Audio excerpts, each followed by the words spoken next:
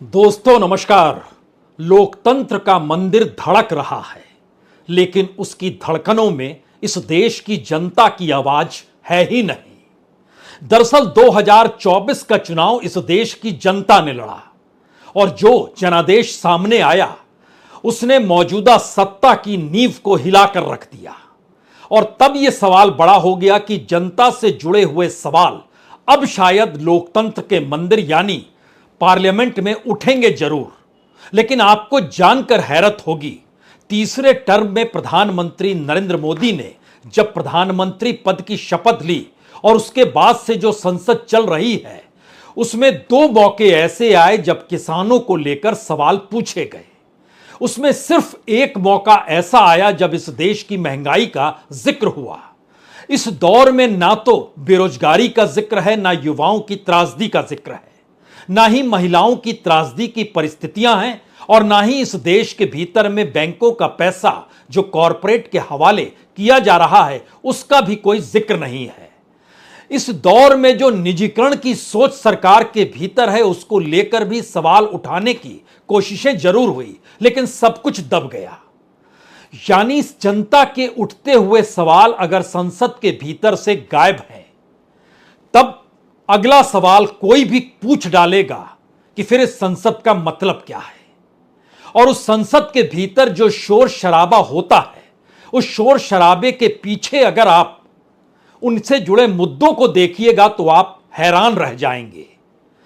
यानी लोकसभा के भीतर स्पीकर और राज्यसभा में सभापति जिन मुद्दों को लेकर टीका टिप्पणी करते हैं या फिर विपक्ष को बैठा देते हैं या प्रतिपक्ष के नेता को बोलने देते नहीं है, वह किसी मुद्दे को लेकर नहीं है, बल्कि मुद्दों से हटकर सरकार पर अगर जरा सा भी कोई लांछन लग रहा हो, कोई छोटा सा सवाल भी सरकार से पूछने की परिस्थिति बन रही हो, तो फिर उसे बर्दाश्त कर पाने की स्थिति में ना सभापति है और ना ही स्पीकर है। और इन्हीं परिस्थितियों के बीच पहली बार संसद के भीतर यह भी सवाल उठा, क्या स्पीकर सिर्फ सत्ता के हैं, सभापति क्या सिर्फ सत्ता के रक्षक के लिए हैं, जिसे ट्रेजरी बैंक कहते हैं। यानी ट्रेजरी बेंच को लेकर सभापति और स्पीकर अगर इस रूप में काम कर रहे हैं तो विपक्ष क्या करेगा। इस पहले सवाल को अपने जहन में रखिए। यहां से एक दूसरा सवाल निकलता है, तब इन सब के बावजूद भी अगर जनता ने चुनाव लड़ा तो अब रणनीति क्या होनी चाहिए। और पहली बार संसद में प्रतिपक्ष के नेता के तौर पर राहुल गांधी ने एक नई लकीर खींच डाली। उन्होंने कहा कि दरअसल इससे पहले जो प्रतिपक्ष का नेता होता था उसके पास सवाल अलग अलग पर्चों में, चिट्ठियों में और कई माध्यमों से होकर आते थे और उन सवालों को सवालों की शक्ल में संसद के भीतर ले जाकर बतौर प्रतिपक्ष के नेता के तौर पर वह पूछा करते थे सरकार से कि जनता यह सोचती है। राहुल गांधी ने बिल्कुल एक नई लकीर खींच डाली। उन्होंने कहा जिस जनता के पास जो सवाल हैं, जो इस देश में हाशिए पर पड़ा हुआ तबका है, उनके सवालों को हम पूछेंगे, लेकिन उनको पूछने वाले सवालों को बताने के लिए पार्लियामेंट आना होगा। यानी इस देश का किसान हो, इस देश का मजदूर हो, इस देश में भूख से लड़ने वाले संगठनों की पूरी एक कतार हो, इस देश में मछुआरों का सवाल हो, इस देश में मैला ढोने वालों का सवाल हो, जिसको सरकार इनकार करती है कि इस देश में कोई मैला ढोता नहीं है। हर दरवाजा खोल दिया गया, लेकिन अब यह नई परेशानी का सबब सरकार और सभापति के जहन में और स्पीकर के जहन में भी आकर बस गया। जिस पार्लियामेंट की चार दीवारी के भीतर 5 सितारा से बेहतर जिंदगी हर सांसद जी रहा है और सत्ता तो लोक लुभावन परिस्थितियों के साथ वहां पर बैठती है और इस देश की जनता को लोकतंत्र के मंदिर की दुहाई देते हुए जवाब देकर वापस उसी रईसी में खो जाती है, तो उस जगह पर अगर इस देश की जनता, और वह भी गरीब जनता, वह भी हाशिए पर पड़ी हुई जनता, इस देश के उन मुद्दों को लेकर उठी हुई जनता जिन मुद्दों पर संसद ध्यान देना नहीं चाहती है, आंख मूंद लेती है, तो अगर उनके लिए रास्ता बन जाए तो फिर क्या होगा। और इसको सुनते ही सरकार और सत्ता बौखला गई। सभापति और स्पीकर ये बर्दाश्त करने की स्थिति में आए नहीं। इसीलिए सदनों के भीतर की नोकझोंक और वक्त काटने की परंपरा एक नए तरीके से शुरू हो गई। हमारी टीम ने दरअसल एक पेपर अपने तौर पर तैयार किया और कहा कि इसे पहले जनता को बतला दीजिए कि इस देश के भीतर में जो तीसरे टर्म में मोदी सरकार आई है, उसने एक बार भी बेरोजगारी को लेकर किसी सवाल को उठने नहीं दिया और जवाब नहीं दिया। उसने इस देश के भीतर में बढ़ती हुई महंगाई को लेकर सवाल 2 बार उठे, लेकिन उसका जवाब देना उन्होंने उचित नहीं समझा।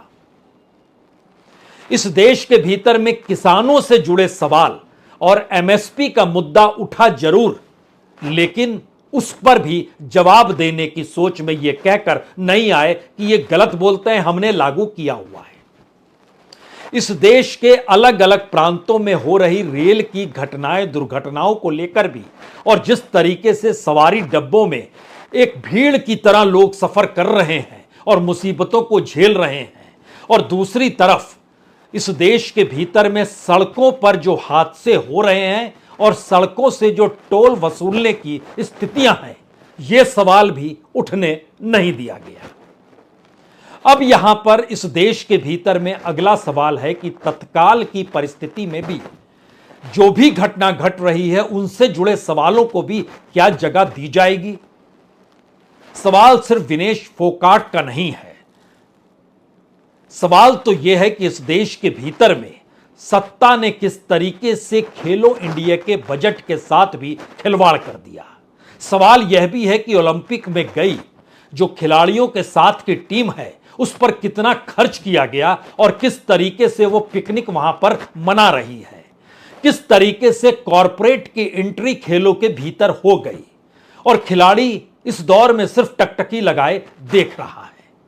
इस दौर में एफसीआई के गोडाउन में कम होता गेहूं या फिर किसानों को फसल बीमा योजना का भी लाभ न मिल पाने की स्थितियों के सवाल भी गायब हो गए। यानी जनता से जुड़े हुए सवाल गायब होना, राहुल गांधी का जनता को संसद तक बुलाना और पार्लियामेंट के भीतर लोकसभा और राज्यसभा की नोकझोंक के भीतर सत्ता पक्ष का जिन मुद्दों को लेकर गुस्से और तैश में आना और खुद स्पीकर और सभापति का अपने अपने लिहाज से अपनी अपनी बातों को कहते हुए कुछ इस तरीके से सदन को चलाना जिसमें जनता की भागीदारी ही गायब दिखाई देने लग जाए, यह परिस्थिति मौजूदा वक्त का एक ऐसा सच बन गई जिसमें लोकतंत्र के मंदिर को लेकर तीसरे टर्म की मोदी सरकार से सवाल कौन पूछे, कैसे पूछे, इसकी शुरुआत हम करते हैं दरअसल उन मुद्दों को लेकर या उन तस्वीरों के आसरे जो अलग अलग क्षेत्र के लोग और उसमें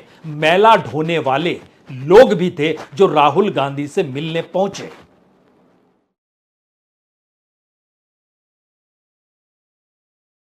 One is about the manual scavenging. ये ड्राई लेटिन साफ करने के काम अभी भी देश पे है, बट सरकार कहते हैं कंप्लीट डिनाई करते हैं। वो हमारा मंत्री जी है, उनका एक ही काम है, हमेशा पार्लियामेंट पे कुछ भी होगा आके वो बोलते हैं महिला प्रथा नहीं है, there is no manual scavenging in country. And after the Swachh Bharat we constructed the 5 crores of the new toilets, but we have not mechanised, we have not developed any technology to clean that. After 3-4 years now the death started. 2,440. So why is the death starting? Because the toilets are more, septic tanks it is coming. There is no any kind of a machine to clean that. in all the Swachh Bharat toilets. Yes. The person has to go inside and clean in sewer and septic Yes. tank. There is no mechanism. These are the people they lost. Sir काफ़ी problem हो जाती है। जब हमारे father उसमें काम कर रहे थे, डेथ के बाद बहुत ज़्यादा प्रॉब्लम हुई थी हमें। क्या उनकी डेथ कैसे हुई? सेप्टिक टैंक में एक लेबर थे जो काम कर रहे थे, उनको बचाने के चक्कर में उनकी डेथ हो गई थी सर, उसमें गिर गए थे। और आपके भी कोई रिश्तेदार की मृत्यु हुई? हाँ। मेरे पति उसमें सीवर में बचाने गए थे तो बोले कि मेरे को बचा लो, नहीं पर उसको हाथ पकड़े उसे नीचे खींच लिया उसने, और वो भी मर गया, दोनों मर गए? दोनों मर गए थे। जिस अलग अलग तबके से राहुल गांधी मुलाकात कर रहे हैं, उनसे जुड़े मुद्दों को वह इस भरोसे के साथ उन्हें आश्वासन देते हैं कि हम इन मुद्दों को पार्लियामेंट के भीतर सरकार के सामने उठाएंगे। अब सवाल है कि जब ये लोग मिलने आ रहे हैं तो इनको ना मिलने देने की परिस्थितियां भी पैदा की जा रही है। इसीलिए सिर्फ मैला ढोने वाले राहुल गांधी के कमरे तक पहुंचे, मछुआरे नहीं पहुंच पाए, जो भोजन को लेकर लड़ाई लड़ रहे हैं वह नहीं पहुंच पाए, और ऐसे लगभग 6 और प्रतिनिधिमंडलों से मुलाकात थी, लेकिन राहुल गांधी को खुद निकलकर रिसेप्शन पर जाना पड़ा और वहीं बैठकर बातचीत करनी पड़ी, जो आपने तस्वीर देखी। लेकिन इसके ठीक उलट एक दूसरी परिस्थिति और एक दूसरी स्थिति हम आपको दिखाना चाहते हैं।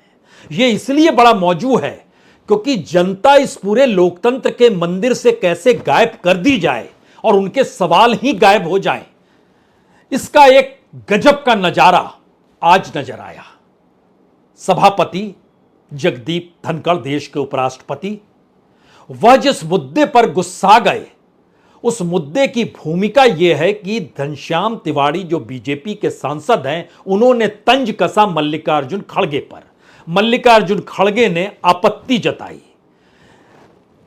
धनखड़ साहब ने दोनों को चैम्बर में बुलाया और मल्लिकार्जुन खड़गे ने कहा यहां जो कह रहे हैं वही बात सदन में हर किसी को जानना चाहिए कि आप क्या कह रहे हैं। सदन में आए तो वहां पर जयराम रमेश ने भी अपने तौर पर सवाल पूछा, ये आप क्या कर रहे हैं।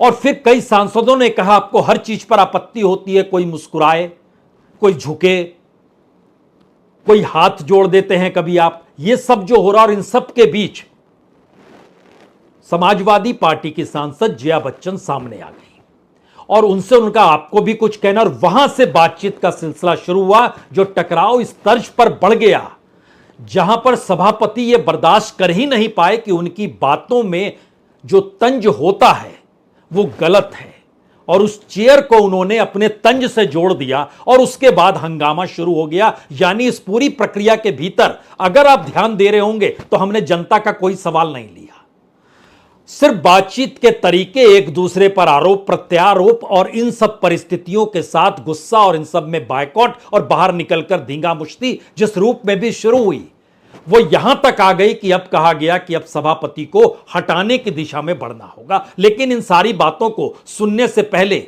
जरा इस पूरे दृश्य को एक क्षण के लिए देखिए जरूर। मैं कलाकार हूं, बॉडी लैंग्वेज समझती हूं, एक्सप्रेशन समझती हूं,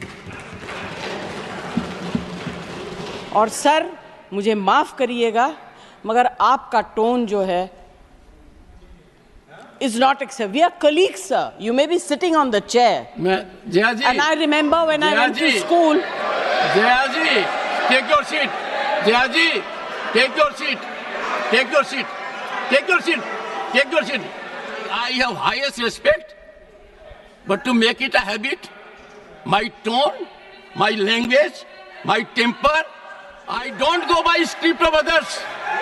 I have my own script. Misconduct. You want to destabilize the entire nation.